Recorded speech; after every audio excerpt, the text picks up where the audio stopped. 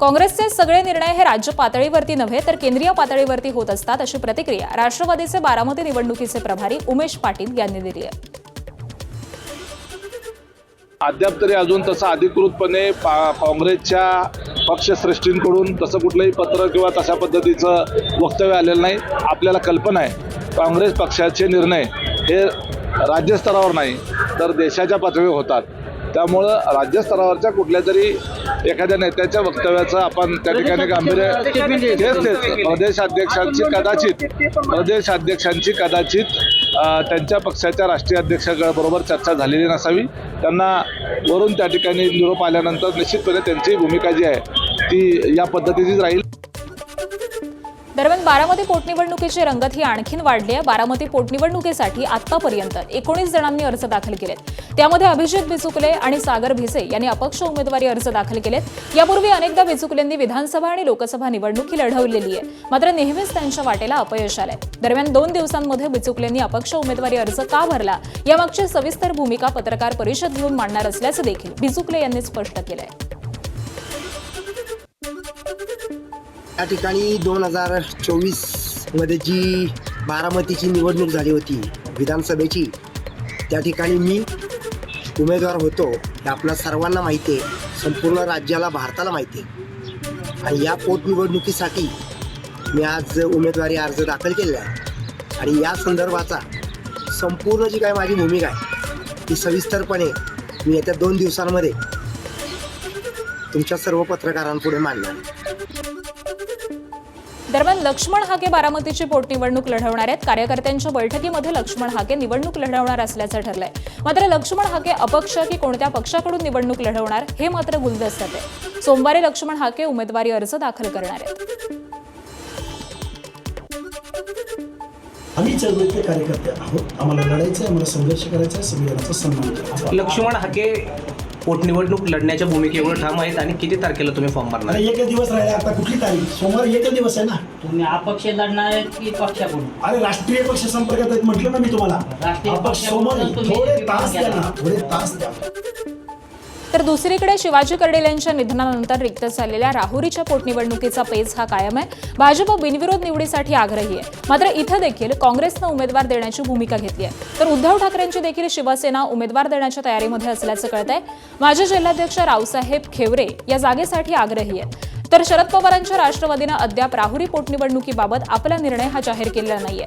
राष्ट्रवादी शरदचंद्र पवार पक्षाकडून लढण्यासाठी जयंत पाटील यांचे भाचे आणि माजी आमदार प्राजक्त तनपुरे इच्छुक आहेत। तर राहुरी पोटनिवडणुकीसाठी वंचित बहुजन आघाडीकडून अनिल जाधव यांना उमेदवारी जाहीर करण्यात आली आहे। तर दुसरीकडे काँग्रेस आपला उमेदवार हा उभा करणार असून स्वतः प्रदेशाध्यक्ष हर्षवर्धन सपकाळ फॉर्म भरायला जाण्याच्या तयारीमध्ये आहेत। आज महाविकास आघाडीचा याबाबतचा निर्णय होणार आहे। शरद पवार यांच्या निवासस्थानी जयंत पाटील आणि प्रदेशाध्यक्ष शशिकांत शिंदे यांची बैठक होण्याची शक्यता आहे।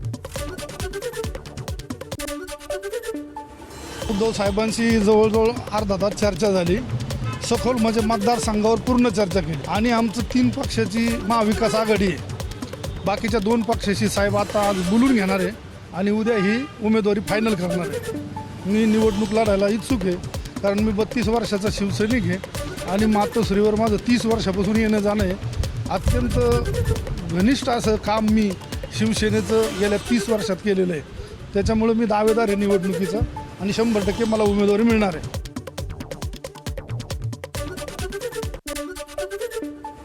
तर राहुरी आणि बारामतीची पोटनिवडणूक ही बिनविरोध व्हावी असा भाजपचा आधीपासूनच आग्रह आहे। मुख्यमंत्र्यांनी याबाबत आवाहन केलेलं आहे। माझी अशी सर्वांना विनंती असेल की ही पोटनिवडणूक बिनविरोध झाली तर महाराष्ट्राला साजेशी अशा पद्धतीनं ही परिस्थिती होईल। यापूर्वीही अनेक वेळा महाराष्ट्राने बिनविरोध पोटनिवडणुका केलेल्या आहेत। मला आठवतं की ज्यावेळेस आर आबांचं दुःखद निधन झालं होतं त्याही वेळेस आपण जी काही पोटनिवडणूक आहे ती त्या ठिकाणी भाजपने आम्ही ठरवलं होतं की आम्ही लढणार नाही आणि आपण ती बिनविरोध केली होती। मला असं वाटतं सगळ्या पक्षांनी मन मोठं करून बिनविरोध निवडणूक केली पाहिजे।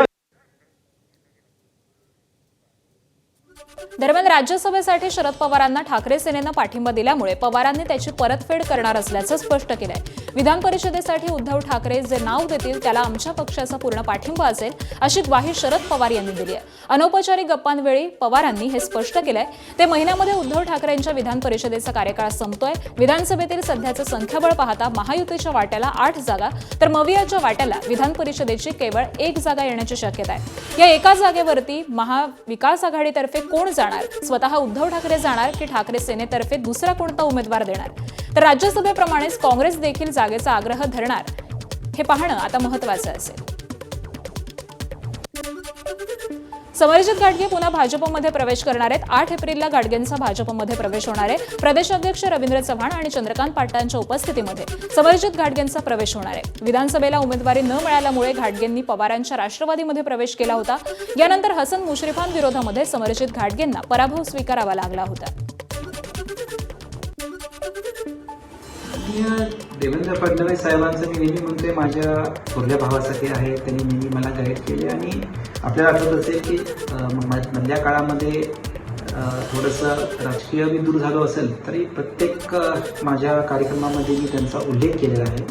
आणि आता परत त्यांच्यावर एकत्र काम त्यांच्या मार्गदर्शनाखाली त्यांच्या अध्यक्षतेखाली काम करायला संधी मिळते तर बरं वाटतं की आणि ह्या सगळ्या प्रक्रियेमध्ये देवेंद्रजींनी मला प्रचंड सहकार्य केलेलं आहे, प्रचंड गाईड केलेलं आहे आणि त्याच्यामुळं बरं वाटतं की आता आपण मुख्य प्रभात परत येतो.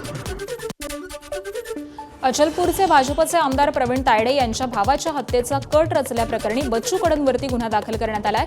गुन्हा दाखल झाल्यानंतर तायडेंनी पत्रकार परिषद घेतली आहे. 20 वर्षांमध्ये बच्चू कडूंनी काय केलं याची चौकशी करण्याची मागणी तायडेंनी केली आहे.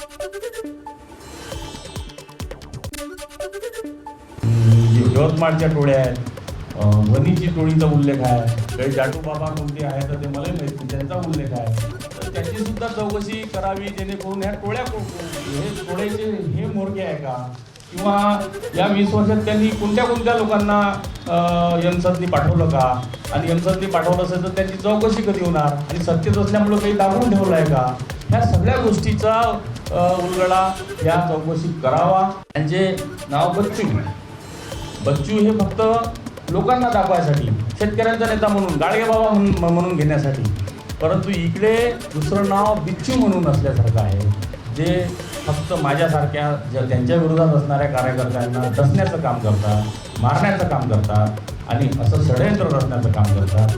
म्हणजे एकीकडे बच्चू एकीकडे बिच्चू.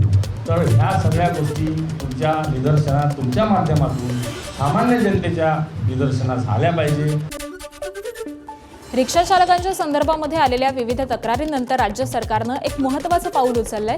रिक्षा परवाने आणि बॅच वितरण प्रक्रियेमध्ये होत असलेल्या कथित अनियमितता आणि बोगस कागदपत्रांबाबत आमदार नरेंद्र मेहता परिवहन मंत्र्यांकडे तक्रार केलेली होती. तर मीरा भाईंदरमध्ये अनेक परप्रांतीयांनी स्थानिक प्रशासनाच्या संगनमतानं रहिवासी दाखले मिळवून रिक्षा आणि टॅक्सीचे परवाने हे प्राप्त केल्याचं समोर आलं.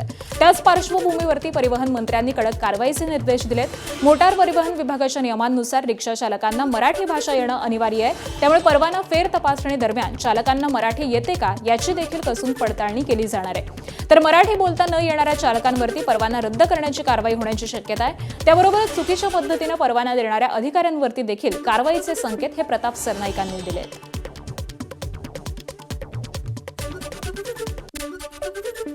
अशा प्रकारचं कल्याण डोंबिवलीमध्ये पण मोठ्या प्रमाणात चालू आहे. मीरा भाईंदरला आणि बोरीवलीला या 3 भागात, कारण की यांच्याकडे अनेक पुरावे, त्यांना अजून पुरावे पाहिजे तर आम्हाला 1 दिवस तो RTO ऑफिस द्या, आम्ही ताबा घेऊ आणि तुम्हाला 100 पुरावे देऊन टाकू.